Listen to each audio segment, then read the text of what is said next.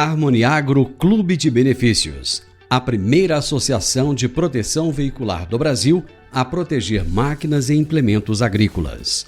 A Harmoniagro protege seus tratores, colheitadeiras, colhedoras e implementos. Tem a cobertura contra acidentes no transporte, roubo, furto ou danos em função de eventos climáticos como raio, enchente, vendaval ou granizo. A Harmoniagro oferece cobertura para vidros de equipamentos agrícolas ou danos como curtos-circuitos, descargas elétricas ou oscilações de energia, além de guincho gratuito para até 800 quilômetros, além da instalação de rastreador sem mensalidade para todas as máquinas protegidas.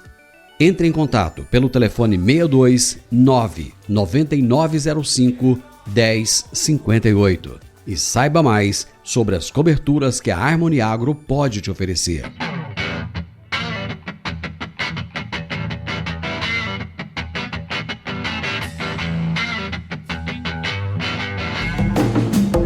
O tratamento ideal para o seu grão é com a Grão Top. A Grão Top trabalha com o controle de insetos em grãos e sementes armazenadas. A Grão Top, em parceria com a Ecopest Brasil, realiza os mais diversos tipos de serviços que o seu armazém ou fazenda necessita, como expurgo de grãos, profilaxia, limpeza e desinfecção de caixas d'água e manejo integrado de pragas sinantrópicas. Entre em contato com a Grão Top no site www.grãotop.com. O meu entrevistado de hoje será Rafael Henrique Fernandes, que é fitopatologista e pesquisador do Centro Tecnológico Comigo. E o tema da nossa entrevista será controle de doenças foliares em soja, milho e sorgo. Dr. Rafael Henrique Fernandes, prazer ter você aqui, seja bem-vindo, meu amigo. Muito obrigado, Divino Ronaldo. É uma satisfação encontrar você novamente aqui, a gente já conversou em outras oportunidades. E é sempre um prazer, né, ter esse espaço e bater um papo com você, falar um pouco sobre o agro, né, alguns dos tantos temas que você traz diariamente, sempre informando o pessoal. Então deixa aqui também um abraço a todos que acompanham o seu trabalho, né, uma grande satisfação. Eu te chamei de doutor, não foi por acaso, né, afinal de contas você tem mestrado, tem doutorado, e uma universidade muito respeitada. Conta pra gente rapidamente essa sua trajetória aí. Bom, eu sou mineiro, né? Sou da região do Alto Paranaíba e lá eu fiz minha graduação em agronomia na Universidade Federal de Viçosa, no campus de Rio Paranaíba. É um campus que a universidade abriu em outro município, foi lá no município de Rio Paranaíba, onde eu fiz também um mestrado em produção vegetal e o doutorado eu fiz na Universidade Federal de Viçosa, mas no município de Viçosa, lá na sede, né? E todos os trabalhos que eu conduzi, desde minha graduação, iniciação científica, foi sempre voltado para o controle de doenças. Uma parte assim mais para fungos de solo, nematóides e também controle de doenças foliares. Então foram aí 11 anos dedicados, né, na formação, 5 anos na graduação, 2 no mestrado, 4 no doutorado. Então uma trajetória que começou aí lá em 2007, agora formei em 2012, já estou com mais de 10 anos de formado, né? Então já tem uma historiazinha, né? Eu sei que ainda muito incipiente, mas a gente está aí tentando, né, crescer junto com o agro como um todo. Você está no Centro Tecnológico Comigo como pesquisador há quanto tempo? Há quase 5 anos, né? Eu finalizei o doutorado em 2018, ainda em 2018. Eu fui selecionado e estou como pesquisador na área de fitopatologia lá do Centro Tecnológico Comigo. Então, em novembro agora, vão fazer 5 anos que eu estou lá. Rafael, amanhã acontecerá o 22º Workshop CTC Agricultura, que já é uma tradição, né? Já se tornou um evento tradicional na nossa região. E você será um dos pesquisadores que estará palestrando para todos aqueles que estiverem presentes lá. Fala um pouquinho do tema que você vai abordar amanhã nesse evento. Ótimo, pois é, Divino Ronaldo. O tema que eu vou abordar no nosso 22º Workshop é sobre o controle de doenças foliares em importantes culturas agrícolas aqui da nossa região, né?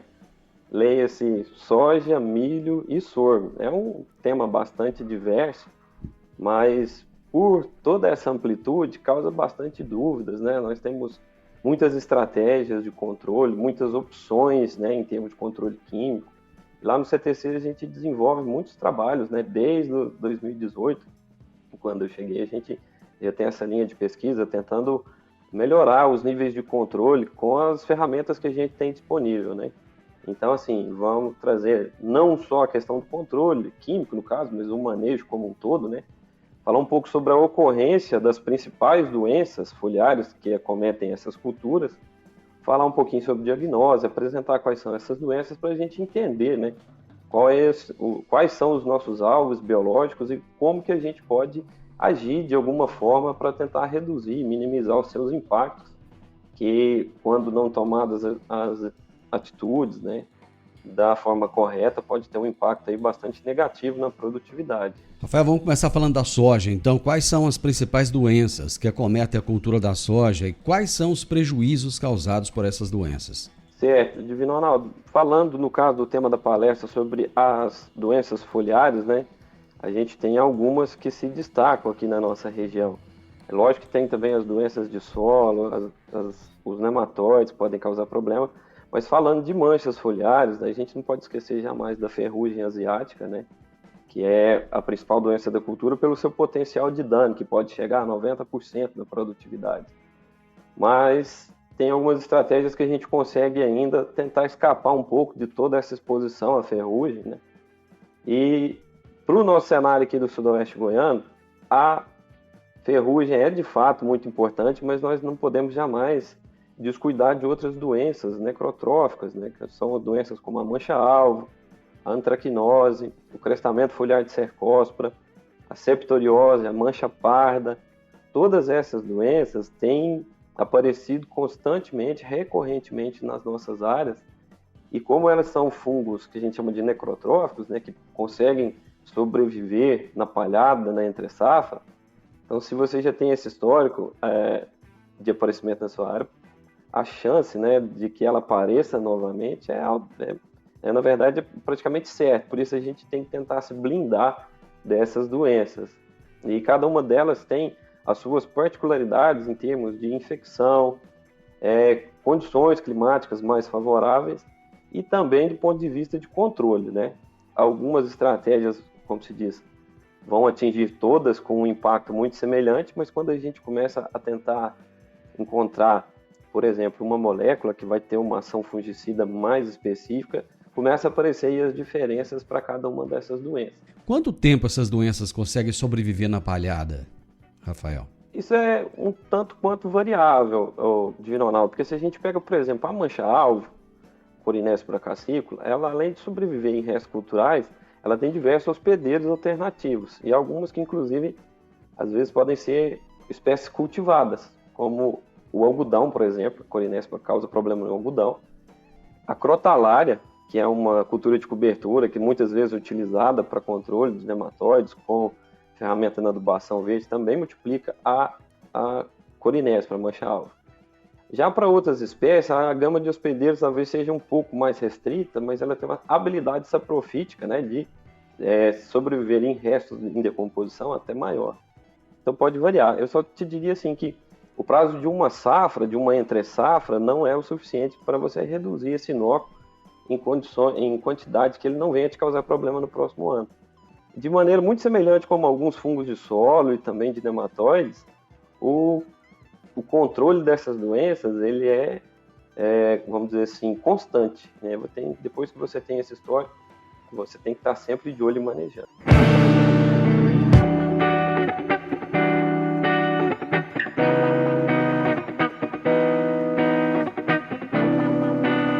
Existem momentos certos de intervenção para o controle dessas doenças, Rafael? Então, se tratando dessa diversidade de patógenos que a gente tem no sistema, né, e com diferentes possibilidades em termos de sobrevivência, é difícil às vezes generalizar, mas se tem alguns pontos que a gente pode tentar fazer isso, primeiramente, né, pensando no manejo como um todo, fazer um bom tratamento de sementes com fungicidas com boa ação sobre esses fungos necrotróficos, que algumas vezes podem estar inclusive associados às sementes. Ou então, assim que a gente coloca essa semente no solo, ela já tem um contato com esse patógeno, pode acontecer infecção, e ali mesmo já iniciar todo o processo epidemiológico. Então, o tratamento de semente é um momento fundamental, né? Eu sei, assim, via de regra, todos os produtores, né, adquirem sementes de boa qualidade, ou mesmo que tenha salvado essa semente, buscam fazer um bom controle de doenças, justamente porque sabem os riscos que ali estão correndo, né?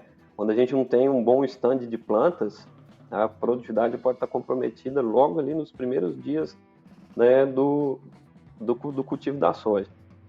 E, posteriormente, tem, é claro, a ver com o material que vai ser adotado, né? A escolha do material é um manejo muito importante também. Então, no momento da escolha do material ali, você já está manejando doença, se é um material mais sensível para uma determinada doença ou que tenha um nível de resistência mais interessante.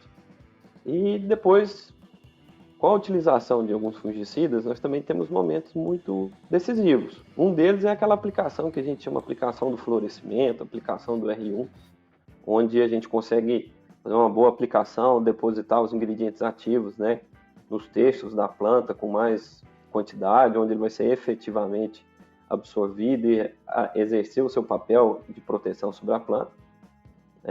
E na nossa região também tem crescido muito a questão do controle antecipado, que é a aplicação ainda em estágio vegetativo da soja.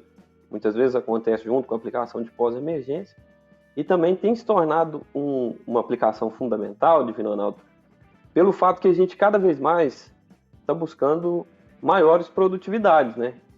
Então a gente vê que essa aplicação ela tem sustentado buscar novos patamares de produtividade, porque parece que há um tempo atrás a gente falava da soja que era cultivada há 10 anos, 15 anos atrás e a coisa mudou muito. Hoje parece que esses intervalos estão cada vez mais curtos. Às vezes a gente fala da soja cultivada 5 anos atrás e hoje a gente já observa alguma diferença em termos de potencial produtivo, de sensibilidade a doenças. E fato é que doenças não é mais importante do que praga, do que planta daninha, do que nutrifisiologia. Todas elas têm igual importância, mas quando a gente começa a perder para a doença, essa planta fica mais debilitada, ela acaba tendo mais dificuldades em relação à competitividade para todos esses outros fatores. Então, manter uma planta saudável desde a sua emergência, né, da germinação, emergência nos estágios iniciais, é quem acaba sustentando esses novos patamares de produtividade. Então, a aplicação em fases vegetativas, seja materiais mais precoces, mais tardios, hoje a gente observa que tem trazido bastante resultado, inclusive é algo que a gente vai abordar na nossa palestra no workshop amanhã. Falando em manejo, continuando a falar de manejo, qual a importância dos fungicidas multissítios? Bom, os fungicidas multissítios, eles atuam principalmente em duas vertentes quando a gente fala no controle de doenças. O primeiro é, logicamente, a efetividade deles, né, no controle das doenças, que são fungicidas. Então, eles agregam em termos de efetividade de controle. Quando a gente vai ler um trabalho, ver uma palestra, o pessoal está falando lá, deu 60%, 70% de controle. Quando a gente associa os multissítios, a gente tem alguns ganhos expressivos de controle e possivelmente produtividade. Mas talvez a grande importância desses fungicidas seja no manejo da resistência de fungos a fungicidas, né? Quando nós não utilizamos fungicidas multissítios, a pressão de seleção sobre os patógenos ela é muito maior. Os fungicidas multissítios eles agem em diversas vias metabólicas essenciais para os fungos e reduz ali a pressão de seleção de indivíduos resistentes e daí para frente o desenvolvimento de populações resistentes também. Isso já ficou muito bem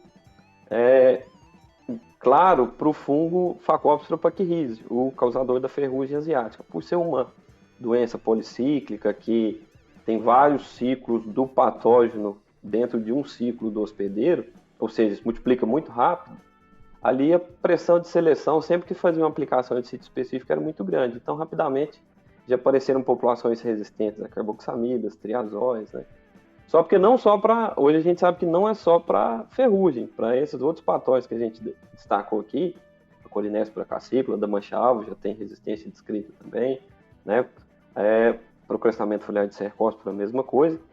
Então, hoje, inclusive as empresas, né, pensando na manutenção dos seus ingredientes ativos sítios específicos, tem sempre posicionado os fungicidas multissítios associados a essas aplicações. Pensando em ganhos de produtividade, em termos de controle, né? Redução da pressão de seleção e na manutenção dos ingredientes ativos que a gente tem hoje disponíveis. A gente sabe que para serem lançados novos grupos químicos, ingredientes ativos de fungicidas, isso demora muito tempo e o investimento das empresas são elevadíssimos, né? Então, a manutenção passa aí pela aplicação dos multissítios também. Rafael, eu vi uma notícia que eu gostaria de confirmar com você se é verdade ou se não, a respeito da ferrugem asiática, que parece-me que em alguns casos já surgiram na Bolívia e que devido às correntes de ar que vêm da Bolívia, passando ali Mato Grosso do Sul, indo até o sul do país, e algumas lavouras com soja tiguera aqui no Brasil, esses esporos já começaram a se proliferar numa quantidade maior. Você acha que a ferrugem pode vir a ser um problema como já aconteceu no passado? Certo, então, Divino Ronaldo, como já foi no passado, a não ser que a gente, infelizmente, né, caso aconteça um problema de resistência mais forte aos fungicidas que a gente tem hoje, como foi no passado, eu acho difícil, porque hoje nós temos muito mais informações, né? Muito mais opções de controle, sabemos muito mais sobre o patógeno, né? Então, naqueles patamares antigos, não. Mas fato é que a gente não pode descuidar. Um exemplo disso, que nos últimos anos, né, há 5, 4 anos atrás, né, o pessoal não estava nem tão preocupado com ferrugem, né? Porque muitas vezes conseguia fazer o plantio antecipado, quando essa ferrugem chegava, já estava na fase final da lavoura.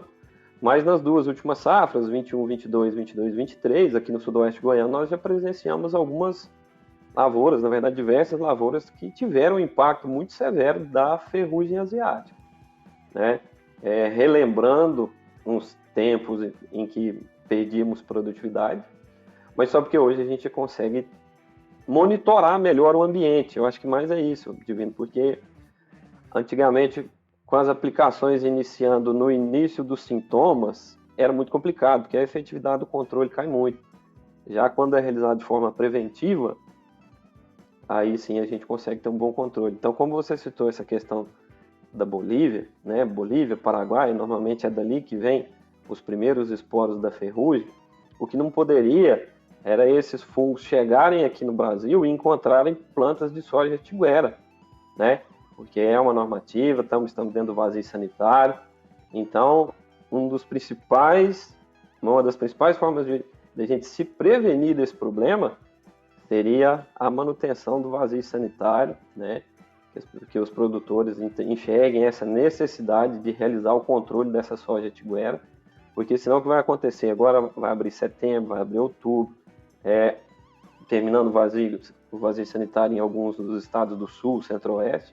Se a gente encontrarem ali plantas de soja já com a presença da ferrugem, possivelmente a dificuldade de controle vai ser muito grande, né? É claro que isso vai depender bastante ainda do clima, né? Como que vai ser o clima agora na safra, como é que serão as chuvas de setembro, outubro, novembro. As expectativas ainda estão um pouco irregulares, né? Mas tudo isso vai influenciar.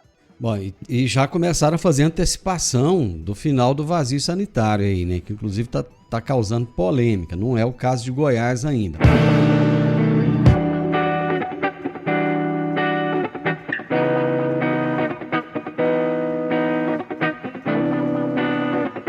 Antes da gente terminar aqui, vou falar rapidamente do milho. As preocupações são as mesmas para a cultura da soja?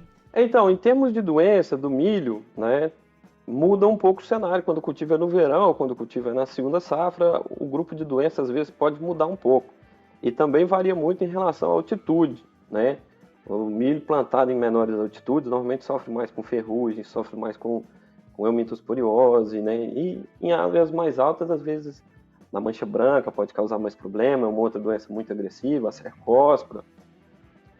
Então pode mudar um pouquinho. E assim, a gente não pode deixar de falar do complexo de enfesamentos também, que essas assim têm sido as doenças que têm causado mais dor de cabeça para o produtor, né? São doenças depois que a infecção acontece, realmente não tem como buscar um controle preventivo também, só porque essa parte de manejo está focada atualmente no controle da cigarrinha, da Dalbus maides, né?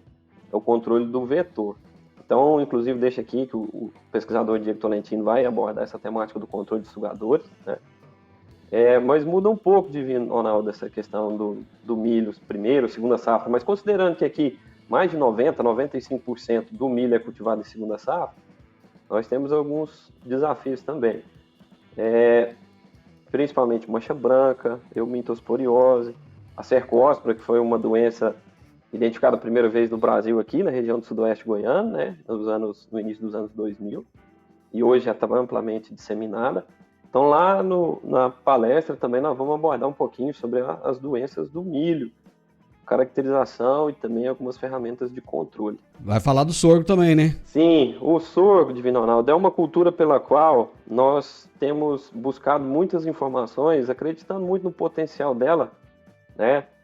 Porque realmente é uma cultura que ainda carece de pesquisas, de investimentos, de uma estrutura, de uma logística, de uma cadeia como um todo, como a gente observa, por exemplo, para a soja e para o milho. E Goiás é o maior produtor de sorgo do país, né? A região aqui, Rio Verde, Montevidéu, Paraúna, né? Também tem bastante sorgo, e sem contar em alguns outros municípios também que tem a questão do regime pluviométrico um pouquinho mais dificultoso, e a pessoa acaba plantando um pouquinho mais tarde. Mas pensando que nós estamos assim, no celeiro da produção de sorgo, então nós temos buscado muitas informações sobre essa cultura. É uma cultura extremamente responsiva a tratos culturais, e dentro desses tratos a gente considera o controle de doenças, novamente, né, muito importante para atingir boas produtividades. Nós já temos relatos, casos de cooperados que têm atingido patamares acima de 120, próximo dos 130 sacos de sorgo por hectare. Está muito além da média, né? A média nacional fica na casa dos 40, 50, 60 sacos, a depender do ano agrícola, que tem essa dependência muito grande do regime pluviométrico. E o que a gente tem observado, que é a utilização de fungicidas para o controle de doenças, nós temos duas principais doenças aqui na região do centro-oeste goiano, que é a eumintosporiose e a antracnose. O sorgo tem se mostrado muito responsivo a essas aplicações. Tanto em anos com a distribuição pluviométrica mais reduzida, né, onde a gente tem desafios hídricos muito maiores, como em anos em que a distribuição tem sido mais favorável, né? Em ambos os cenários, a gente tem atingido patamares de produtividade mais elevados quando a gente adota. E esse vai ser também um tema abordado lá amanhã, trazer um recorte dos últimos anos e os dados mais atuais em termos de controle de doenças no sorgo. Muito bem, essa aí foi uma palhinha, foi uma pequena amostra que o Rafael nos trouxe daquilo que será a palestra dele amanhã nesse grande evento. Eu vou só trazer rapidamente aqui. Amanhã tem o Leonardo Sarquis falando sobre atualidades na adubação de sistema e uso eficiente de corretivos e fertilizantes para altos rendimentos, uma palestra muito importante. A doutora Amanda Bueno também, com nutrifisiologia vegetal, adubação foliar como ferramenta estratégica para soja, sorgo e milho. Dr. Guilherme Braz, uso racional de herbicidas no sistema de produção soja e culturas de safrinha.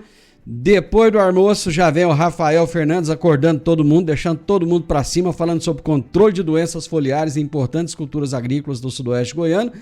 E fecha com o Dr. Diego Tolentino sobre manejo de insetos sugadores no sistema agrícola. Só gente top, né, Rafael? Só os bons. Isso. Divino Ronaldo, e no final ainda tem uma palestra também sobre o mercado de grãos, né, que aí já é com um consultor da Stonex, que é o Ettore Baroni. Ele, aí fugindo um pouco talvez dessa esfera técnica, onde a gente sabe que o produtor é tão eficaz e tão bom no que faz, vamos trazer também um palestrante para falar sobre o mercado de grãos, acompanhar as perspectivas de colheita, de produção lá nos Estados Unidos, de valores, né, da saca de soja para os próximos meses, para as próximas safras. Então, trazendo o Ettore Baroni para trazer essas informações, digamos assim, para fechar o pacote, vamos manejar bem doenças, pragas, plantas daninhas, nutrir bem a soja, e vamos trazer também informações para que a gente oriente o produtor a na sua comercialização. Não é só produzir bem, tem que vender bem também. Meu amigo, um abraço para você, muito obrigado, sucesso no evento amanhã. Agradeço muito, Divino Ronaldo, pelo espaço mais uma vez, né? Você que é um grande representante do agro e que a gente, como se diz, acompanha todo o seu trabalho para estar todo dia bem informado também. Então, é uma grande satisfação estar aqui participando com você nesse momento, divulgando o nosso evento. Fica aqui o convite, né, a todos os produtores, estudantes, técnicos, que vão lá no 22º Workshop CTC de Agricultura, vai ser amanhã, no dia 29. É um evento gratuito, é só chegar, fazer a inscrição. Vamos ter 6 palestras, 3 no período da manhã, depois do almoço, mais 3 palestras no período da tarde.